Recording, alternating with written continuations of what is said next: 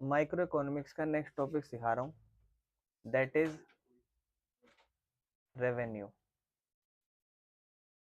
इससे पहले आपने बात करी थी कॉस्ट की, और कॉस्ट आप समझ चुके हो, किसी भी चीज की लागत, किसी भी माल को बनाने की, प्रोडक्शन की जो एक लागत होती है उसको हम कॉस्ट कहते हैं। रेवेन्यू क्या है? अकाउंट्स के नजरिए से आप अगर इसको समझो तो आपको पता है जितने में आपका माल बिकता है वो आपका रेवेन्यू है, that is not profit. Revenue का मतलब प्रॉफिट नहीं होता, ध्यान रखो, है ना। माइक्रो इकोनॉमिक्स के पर्सपेक्टिव से हम समझेंगे कि रेवेन्यू क्या है। तो देखो ध्यान से सुनना मेरी बात। मीनिंग ऑफ रेवेन्यू समझने से पहले मैं जो थ्योरी है वो रीड करूंगा, फिर एक्सप्लेन करूंगा। कहता है the amount of money that a producer receive in exchange for the sale of for the sale proceed is known as revenue. मतलब भाई सिंपल सी चीज है, जो भी अमाउंट आपको वापस मिलता है जब आप किसी भी चीज को बेचते हो वो आपका रेवेन्यू है। मैंने एक माल 100 रुपए का बनाया, उसको अगर मैं 150 रुपए में बेच रहा हूँ, या उसको मैं 80 रुपए में बेचूं, या उसको मैं 100 रुपए में ही बेचूं, या कितने में भी बेचूं, जो भी पैसा मेरा आ रहा है मेरे पास, that will be my revenue. Basic सी बात है। आपको रेवेन्यू तो समझ में आ गया होगा। अब रेवेन्यू जब आप शुरू करोगे तो फिर रेवेन्यू के अंदर तीन इंपॉर्टेंट टर्म्स आएगी। जैसे आपने कॉस्ट समझी तो fix cost, variable cost, total cost, तो यहाँ पे भी चीजें आती हैं। टीआर मतलब total revenue, MR marginal revenue, या फिर एआर, ये चीजें इसके अंदर भी चलेंगी। तो सबसे पहले अगर हम बात करें टोटल रेवेन्यू की, तो क्या होता है टोटल रेवेन्यू, इसके ऊपर बात करते हैं। कहता है total revenue refers to total receipt from the sale of a given commodity या given quantity of a commodity. मतलब भाई सिंपल सी बात है, आप एक माल बेचो, 2 क्वांटिटी बेचो, 3 क्वांटिटी बेचो, 4 क्वांटिटी बेचो, 5 क्वांटिटी बेचो, 10 क्वांटिटी बेचो, जितनी भी क्वांटिटी आप बेच रहे हो उन सबसे जितना भी टोटल पैसा आ रहा है वो आपका टोटल रेवेन्यू है। आपको एक बेसिक से डेफिनेशन याद करनी है। आप डेफिनेशन में क्या कह सकते हो? आप कहोगे total money received from the sale of given quantity. भैया एक जितनी क्वांटिटी हमने बेची है, जितनी भी हमारे पास है, 10 है, 5 है, उससे जो भी पैसा आ रहा है वो हमारा टोटल रेवेन्यू है। बेसिक सी तो चीज है। यानी कि आप टोटल रेवेन्यू को एक और तरीके से लिख सकते हो, टीआर को फॉर्मूले वाइज, कि जितनी क्वांटिटी बेची उसको मल्टीप्लाई कर दो उस क्वांटिटी का, एक क्वांटिटी का प्राइस कहता है। जैसे एक क्वांटिटी है 10 रुपए की और आपने टोटल 5 क्वांटिटी बेची, तो you get the total revenue of 50 रुपए। और वहीं सिर्फ रेवेन्यू की बात करूं मैं, तो रेवेन्यू मतलब बेसिक सी चीज है कि आप जो सेल कर रहे हो और उससे जो पैसा आ रहा है। इट इज नॉट अबाउट कि कितनी क्वांटिटी बेच रहे हो, एक भी हो सकती है, कुछ भी, जिसमें से पैसे की बात कर रहे हो कि पैसा आ जाए सेल करके, जो पैसा आ जाता है उसी को हम रेवेन्यू कहते हैं। And when we are talking about total revenue, तो कितना पैसा आ रहा है, कितनी क्वांटिटी बेच के, जितनी भी क्वांटिटी हमारे पास, वो क्वांटिटी बेच के कितना पैसा आ रहा है, that is our total revenue. Basic सी बात है, तो नहीं हो रही ना, समझ में आ रहा है। एवरेज रेवेन्यू पे बात करूं तो कुछ भी नहीं है। कहता है एवरेज रेवेन्यू रेफर्स, क्या रेफर करता है? To revenue per unit of output sold. For example, पिछले केस में मैंने 10 क्वांटिटी बेची और टोटल पैसा मेरे पास आया फॉर एग्जांपल 60 रुपए। कितना? मैं पता लगाना चाहता हूं कि एवरेज रेवेन्यू, इसका मतलब रेवेन्यू एक आउटपुट जो मैंने बेचा उस पे कितना हो रहा है। तो आप कहोगे भैया एवरेज रेवेन्यू निकालना है, जो भी आपका टोटल रेवेन्यू हुआ है उसको डिवाइड कर दो अपने आउटपुट से। टोटल रेवेन्यू कितना? 60। टोटल रेवेन्यू आपका 60 है और आपने कितने माल बेचे? 10 क्वांटिटी बेची, तो आपका एवरेज रेवेन्यू आ रहा है। बेसिक सी बात। यानी कि मैं अगर किसी को कहूं कि भाई मैंने 20 चॉकलेट बेच दी 100 रुपए में, तो एक चॉकलेट 5 रुपए की थी। बेसिक सी बात है, और वही मेरा क्या है? एवरेज रेवेन्यू, यानी कि एक यूनिट पे मैंने कितने का माल बेचा। कोई दिक्कत है? बेसिक सी तो बात है। चलें बेटा आगे, बस खत्म। अब एक और चीज मैं आपको बताता हूँ यहाँ, बढ़िया। क्या कहता है? AR and the price are same. मतलब कहता है एवरेज रेवेन्यू और price of per unit same ही होता है। बताओ ये बात आपको समझ आ रही है? अगर आपको नहीं समझ में आ रही तो ऊपर वाली बात को देखो। एवरेज रेवेन्यू में आपने क्या पता लगाया कि भैया एक माल कितने रुपए का है, और प्राइस का मतलब भी क्या होता है कि एक माल कितने का है। तो बेसिक सी तो बात है, यहां से आप एवरेज रेवेन्यू पता लगाया, 60 रुपए टोटल पैसे आए 10 माल बेच के, तो एक माल आपका 6 रुपए का था। तो एवरेज रेवेन्यू और प्राइस दोनों सेम थे, बेसिक सी बात थी, कोई दिक्कत, बस खत्म। यानी कि आप यहां से एक बात ध्यान रखना कि A R is equal to, और ये प्रैक्टिकल पर्सपेक्टिव से थोड़ी इंपॉर्टेंट हो जाएगी जब सारी चीज लिंक करोगे आपस में बैठ के, ठीक है ना। इसका मतलब एक और चीज समझे, आपको एक और चीज कह रहा है कि जो ए आर कर्व होगा कल को, और डिमांड कर्व होगा,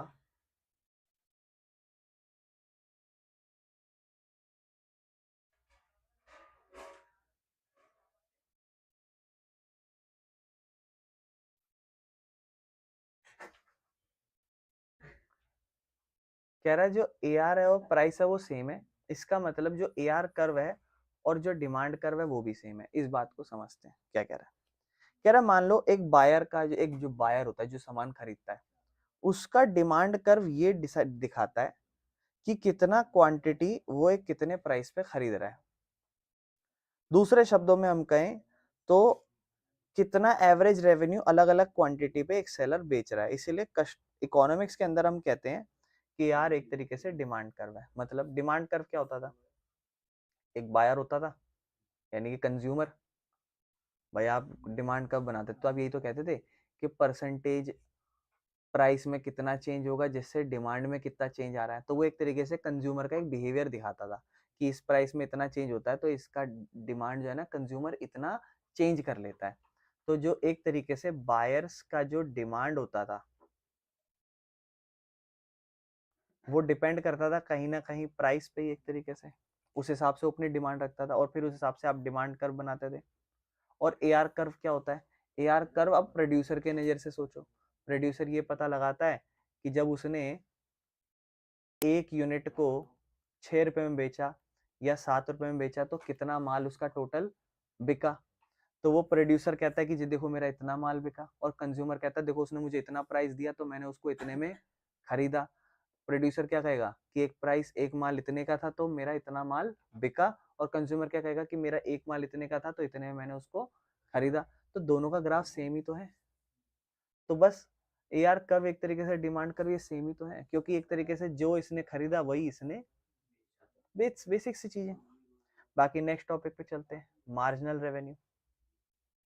अब मार्जिनल रेवेन्यू अब ध्यान से समझना, आप अभी तक प्रोड्यूसर के पर्सपेक्टिव से पढ़ रहे थे, लेकिन यहाँ हल्का सा चेंज आपको करना है मार्जिनल रेवेन्यू में।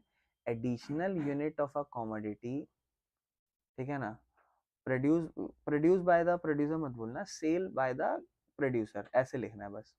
Additional unit of a commodity sale by the producer, बस ऐसे, ठीक है ना। जैसे क्या लिखता है कि अब इसमें इसको ऐसे लिख सकते हो, इसने इसने क्या लिखा है, मार्जिनल रेवेन्यू एक तरीके से एडिशनल एडिशनल रेवेन्यू, वहां लिखता है ना एडिशनल यूनिट, लेकिन यहाँ लिख दो आप कि जो भी आप एडिशनल रेवेन्यू कमा रहे हो, जो आप एडिशनल रेवेन्यू क्या कर रहे हो, जनरेट कर रहे हो, किससे, फ्रॉम या फिर बाय, बाय क्या करके सेल करके। सेल किस चीज की, of an additional additional unit. Basic सी बात है भाई, जो भी एक्स्ट्रा पैसा कमा रहे हो, जो भी एक एक्स्ट्रा माल बेच के, वही आपका मार्जिनल रेवेन्यू। मैं एक यूनिट बेचता था, ठीक है ना, देखना ध्यान से, ये मेरा आउटपुट है और ये मेरा टोटल रेवेन्यू। एक यूनिट बेचता था, प्राइस रखता था, उसका प्राइस या फिर क्या कहूँ ए आर, दोनों सेम है ना। प्राइस रखता था 5 रुपए तो मेरा रेवेन्यू हो जाता था 5 रुपए। फिर मैं 2 आउटपुट बेचता था, प्राइस रखता था 5 रुपए, 2 पंजे 10 टोटल रेवेन्यू होता था। फिर मैं प्राइस रखता था फिर से 5 रुपए तो 15 यूनिट। तो this is my T R. तो आप ये कहोगे भैया जो आपका MR है, अब देखो मजा आएगा, यहाँ से चीजें अच्छी होंगी। यहाँ ना मैं प्राइस जो है ना हर यूनिट का सेम रखे जा रहा हूँ। आउटपुट बढ़ाने पे मैं माल अपना 5 का ही रख रहा हूँ। कितना भी खरीदो माल हमेशा, लेकिन जरूरी नहीं है मार्केट में ऐसा हो, मार्केट में कम ज्यादा होता है, तो वो पढ़ेंगे भी। तो मार्जिनल रेवेन्यू तो यही है ना कि कितना टीआर में चेंज आया कितने आउटपुट से, बेसिक सी बात है ना भाई। 5 का बदलाव आया एक आउटपुट में, 5 का बदलाव आया एक आउटपुट में। तो इस केस में एक और चीज होती नहीं आ रही कि एमआर भी सेम आता जा रहा है कहीं ना कहीं, जब प्राइस सेम है। पढ़ेंगे खैर इस चीज को आगे, आगे जाके आ ही रहा है। अभी फिलहाल हमें ये समझना है कि एमआर का फॉर्मूला क्या है, change in total revenue divide by change in output, and this is our total revenue, oh sorry marginal revenue. और मार्जिनल रेवेन्यू क्या है, additional revenue generated by by selling additional unit. बस basic सी बात, कोई दिक्कत मेरे भाई, कोई दिक्कत तो नहीं। चले आगे। अब आप चाहो तो ग्राफ व्राफ सबके समझ सकते हो, बेसिक सी बात है। अब ध्यान समझना, रेवेन्यू अपन ने 3 टाइप के पढ़ लिए हैं अच्छे से, ठीक है ना। अब इनके बीच में रिलेशनशिप पढ़ेंगे, बेसिक सी बात है थी। अब रिलेशनशिप पढ़ते हैं। तो मेरे भाइयों 2 टाइप के रिलेशन पढ़ोगे इसमें आप। कब? एक रिलेशन पढ़ोगे जब प्राइस कांस्टेंट रहेगा, जो चीज मैंने आपको भी समझाई, जब प्राइस क्या रहेगा, प्राइस चेंज ही नहीं होगा। और एक केस होगा जहां पर प्राइस जो है ना वो फॉल होता जाएगा जैसे जैसे आउटपुट आपका बढ़ेगा। इसका मतलब जो सेलर है ना, सेलर प्रोड्यूसर, वो ज्यादा माल बेचने पे 1 यूनिट का माल गिरा देगा, यानी कि आपको डिस्काउंट देगा एक तरीके से, क्योंकि वो चाहेगा ज्यादा माल बिक जाए तो कम ऑफर करता हूँ।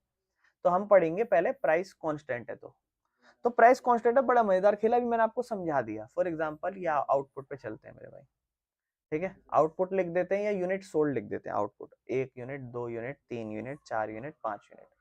मेरे भाइयों सबसे पहले प्राइस लिख दूं या फिर प्राइस को मैं क्या लिख दूं, कोई दिक्कत तो नहीं है इस चीज में। भाई प्राइस है हर केस में कितना, चेंज नहीं करोगे ना क्योंकि प्राइस कांस्टेंट है। तो टीआर बताओ मेरे भाई, 5 दूनी 10, या 15, 20, 25। अब ग्राफ देखना कितना आसान रह जाएगा बनाना। एमआर क्या होगा, 5 5 5 5 5। अब ग्राफ समझते हैं। सबसे पहले अगर मैं आपको अलग से ग्राफ बनाना सिखाऊं एमआर का, आप कहोगे 5 5 5 5 5, आप कहोगे प्राइस का भी 5 5 है। भैया यही हमारा AR है, यही हमारा MR है, और यही हमारा प्राइस भी है।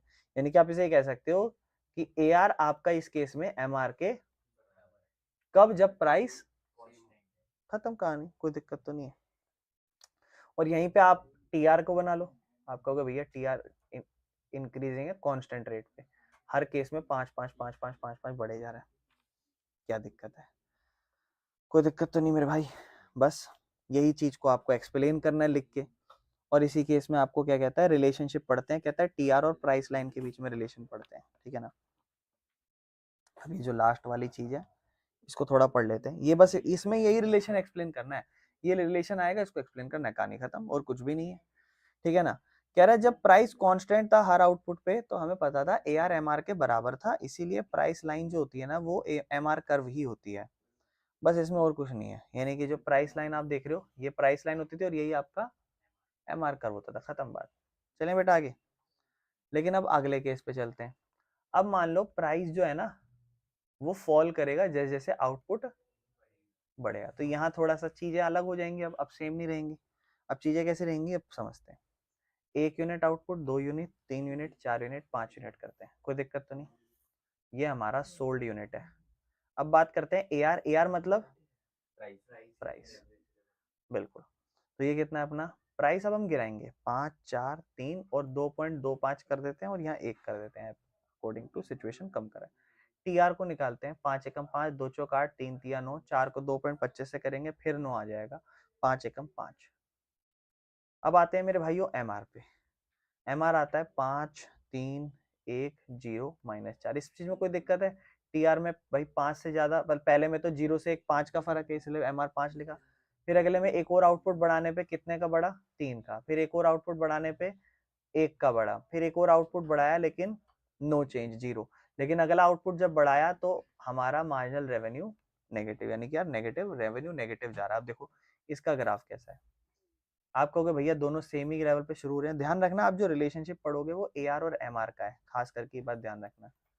तो आपका ए आर एम आर जब एक यूनिट ऑफ आउटपुट है, एक यूनिट ऑफ आउटपुट है समझ लो, तो जीरो आउटपुट पर यहाँ कहीं होगा और एक यूनिट आउटपुट ऐसे बढ़ रहा है। ए आर आपका, एक सेकेंड, ए आर आपका कुछ इस तरीके से होगा और एम आर आपका यहाँ इस तरीके से नेगेटिव चला जाएगा। ये आपका एम आर कर्व है और ये आपका यूनिट सोल्ड बता देगा यहाँ पे, और यहाँ पे आपके ए आर एम आर इसे लिख दोगे आप। यानी कि आप कहोगे एम आर और ए आर दोनों ही फॉल करते हैं जैसे जैसे आउटपुट बढ़ता है, लेकिन एम आर ज्यादा तेजी से फॉल कर रहा है। एम आर का जो फॉलिंग रेट है वो ज्यादा तेजी से है। As a result M R जो है ना वो ज्यादा स्टीपर है ए आर से। ज्यादा स्टीप कौन जा रहा है? एम आर ही तो जा रहा है। तो आपसे कह रहा है कि ए आर से, बिकॉज एम आर जो है ना वो एक यूनिट तक ही लिमिटेड है, ठीक है ना, बस और कुछ नहीं है, खत्म, बस बेसिक सी बात है, और कुछ भी कहानी नहीं थी, बेसिक सी बात, खत्म, और कुछ नहीं करना, ठीक है ना। बाकी ए आर जो है ना वो हर यूनिट दिखाता है और it leads comparatively less faller than A R. बाकी कहता है ए आर जो है ना वो थोड़ा ज्यादा तेज नहीं गिरता जितना हमारा एम आर गिरता है, ठीक है ना, वो उतना ज्यादा नहीं गिरता, ठीक है। बाकी एम आर कर्व जीरो हो सकता है और नेगेटिव भी हो सकता है, लेकिन ए आर हमेशा पॉजिटिव रहेगा। ये बेसिक बेसिक सी कुछ बातें हैं जो अगर रिलेशनशिप पूछा जाए तो 2-3 पॉइंट्स में आप एक्सप्लेन कर सकते हो। चलिए आगे। बाकी एक रिलेशनशिप है ए आर एम आर के बीच में। अभी आपने जो पढ़ा ए आर एम आर का रिलेशनशिप, बाकी कहता है ये बात नोट करना कि M R can fall to zero, M R zero हो सकता है, and can even become negative, लेकिन ए आर कभी जीरो नहीं होगा और ना ही कभी नेगेटिव होगा, क्योंकि टोटल रेवेन्यू हमेशा पॉजिटिव है। इस वजह से भाई आपका टी आर हमेशा, आपका एम आर ए आर का फॉर्मूला क्या होता है आपका? Total revenue divided by output. क्या आपका टोटल रेवेन्यू कभी जीरो हो सकता है? तो इसलिए आपका ए आर कभी, लेकिन एम आर हो सकता है। अब एक जनरल रिलेशनशिप है, ये तो अब नॉर्मल रिलेशनशिप है, लेकिन कभी आपसे ऐसा पूछ लिया जाए कि जनरल रिलेशनशिप बताओ, ये अलग है, ध्यान रखना ये वाला। कहता है जनरल रिलेशनशिप बताओ ए आर और एम आर के बीच में। ये अपना ग्राफ है इस तरीके से। तो जनरल रिलेशनशिप आपको थोड़ा सा याद रखना है मेरे भाई, ठीक है, थोड़ा सा आपको एक ग्राफ याद रखना है, ठीक है, ध्यान रखें इस चीज का, थोड़ा सा आपको ग्राफ याद रखना है इस तरीके से। ये हमारा ए आर होगा और ये हमारा एम आर होगा। ये रिलेशनशिप ए आर और पी आर का है और ये डिपेंड करता है कि प्राइस सेम रहे या फॉल करे या कुछ भी हो, दोनों में हो सकता है। ये जनरल बेसिक रिलेशनशिप है। मतलब कहता है relationship between A R and M R depends on whether the price remain same और फॉल इन आउटपुट। लेकिन अगर कुछ भी मेंशन नहीं करा हो तो आपको कहना है with the rise in out about, अगर कुछ मेंशन ही नहीं करा हो आउटपुट बढ़ने के साथ साथ, तो आपको ये जनरल सॉल्यूशन दिखाना है। मतलब अगर आपका पेपर क्वेश्चन आया, कहा कि explain the relationship between T R sorry A R and M R, और आपको ना ये मेंशन करा हो कि प्राइस फॉल हो रहा है या प्राइस कांस्टेंट है, तो आपको ये रिलेशन बना के आना है। और ये रिलेशन बड़ा सिंपल है, मेरी बात ध्यान से सुनो, बस डेफिनेशन, ये डायग्राम, कोई स्केड्यूल टेबल वेबल नहीं बनानी, उसके बाद डेफिनेशन और फॉर्मूला और अपना ये काम। अब 3 पॉइंट लिखने हैं, वो 3 पॉइंट होते थे ना, स्टार्टिंग स्टेज, बीच वाला और तीसरा। स्टार्टिंग स्टेज में क्या हो रहा है? ए आर इंक्रीज हो रहा है, एम आर ए आर, अच्छा ए आर इंक्रीज हो रहा है, देखो ए आर इंक्रीज हो रहा है। ए आर पता है कब तक इंक्रीज, ए आर यहां तक इंक्रीज हो रहा है ना ए आर, और जब तक इंक्रीज हो रहा है ए आर, जब तक एम आर उससे बड़ा है ना। तो ए R is increasing, A R हमेशा बढ़ रहा है, और कब तक बढ़ रहा है? जब तक एम आर बड़ा है ए आर से। यानी कि आप ये लिख सकते हो कि first case when M R is greater than A R, then A R is increasing. पहला केस कि अगर एम आर हमेशा बड़ा है ए आर से, ये हमारा एम आर है बड़ा है ए आर से, और तब तक ए आर हमेशा इंक्रीज ही कर रहा है। फिर सेकेंड स्टेज आएगी कि ए आर मैक्सिमम है और कांस्टेंट है जब एम आर ए आर के बराबर है। यानी कि सेकेंड स्टेज में जब एम आर ए आर के बराबर आया, तो इस केस में ए आर अपने शिखर चोटी पर था, है ना। तो एम आर ए आर के बराबर है तो ए आर इज मैक्सिमम। और तीसरा पॉइंट आपको क्या कहता है कि जब एम आर कम होने लग गया ए आर से, तो उस केस में ए आर फॉल कर रहा है। यानी कि थर्ड केस में आप बोलोगे कि जब कौन बड़ा है, अब यहाँ पर ए आर बड़ा है एम आर बड़ा है, तो आप कहोगे भैया ए आर बड़ा है यहाँ पर एम आर से, तो उस केस में एम आर सॉरी हाँ AR फॉल करने लग रहा है। कौन फॉल करने लग रहा है? बस 3 ही तो रिलेशनशिप बताने, क्या दिक्कत है मेरे भाई? कोई दिक्कत तो नहीं, चले आगे। और इसी को मेरे भाई थ्योरेटिकल लिखना है बस, और कुछ नहीं करना। और इस चैप्टर के लास्ट टॉपिक पे आते हैं बस, फिर ये हमारा चैप्टर खत्म हो जाएगा, आ जाएंगे। ठीक है मेरे भाई, कोई दिक्कत तो नहीं ना? समझ आ रहा ना? बस बेसिक सी तो बातें हैं। लास्ट टॉपिक पे आते हैं, कहता है TR और MR के बीच में रिलेशन बताओ, और जब बताओ जब प्राइस फॉल कर रहा हो और आउटपुट बढ़ रहा हो। तो TR MR के बीच में, अब हम भैया TR और MR का रिलेशन तो हमने अभी नहीं बनाया, वो समझते हैं। अब इस रिलेशन को आपको कैसे बनाना है बेटा, पहले आप समझना। आपका आउटपुट गिर रहा है, तो देखो price 1 unit, 2 unit, 3 unit, 4 unit, 5 unit. AR बनाते हैं, वही सेम वाला याद रख लेना, 5 4 3 2.25 1। TR लिखोगे, TR क्या होगा, ये आपका AR था, फिर TR लिखोगे मेरे भाई, TR लिखोगे 5 8 मल्टीप्लाई कर देना 9 9 5। और MR जब आप लिखोगे तो लिखोगे 5 3 1 0। अब आप क्या करोगे, आप ग्राफ बनाओगे। अब आपको ग्राफ ना दोनों एक साथ नहीं बनाने, एक दूसरे के नीचे बनाने। आपको पता है आपका MR ग्राफ कुछ ऐसा बनता था, आपको याद होगा, नेगेटिव। और आप TR इसी के हिसाब से बना लो, 5 8 9 ऐसे बना लेना कि मान लो 1 2 3 4 5 ऐसे ऐसे। तो एक आउटपुट पे आपका 5 है, फिर आपका 2 आउटपुट है, 2 आउटपुट पे आपका TR जा रहा है 8, फिर 3 आउटपुट पे आपका जा रहा है 9, फिर अगले पे 4 पे भी 9 है, फिर अगले पे 5 है। यानी कि आपका TR कुछ इस तरीके से बन रहा है मेरे भाई, आपका TR कुछ इस तरीके से बन रहा है। अच्छा ध्यान रखना, जब ये अपने मैक्सिमम पे है TR 9 पे, यहाँ बिल्कुल इस पे, इसके बाद जब गिरने वाला है उस टाइम पर आपका MR दोनों 0 है। देखो ना, है? इसको लाइन को ऐसे ड्रॉ कर देना और यहाँ पे इसे ऐसे A पॉइंट लिख देना, और बस इस बातों को एक्सप्लेन कर देना, खत्म, और कुछ नहीं है। क्या बोलना, as long as MR is positive, जब तक MR पॉजिटिव है TR इज इंक्रीजिंग।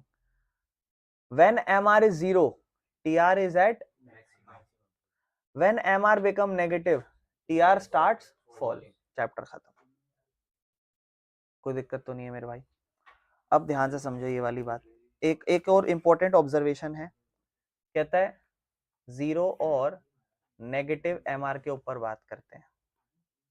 कहता है MR 0 हो सकता है और नेगेटिव भी हो सकता है, प्राइस फॉल कर रहा हो, लेकिन TR हमेशा सेम ही रहता है, आउटपुट बढ़ता रहता है। MR नेगेटिव हो सकता है अगर TR फॉल भी कर रहा हो। तो ये 2 4 बातें याद रखना, बाकी और कुछ नहीं है इसमें, ठीक है, बेसिक सी बात है।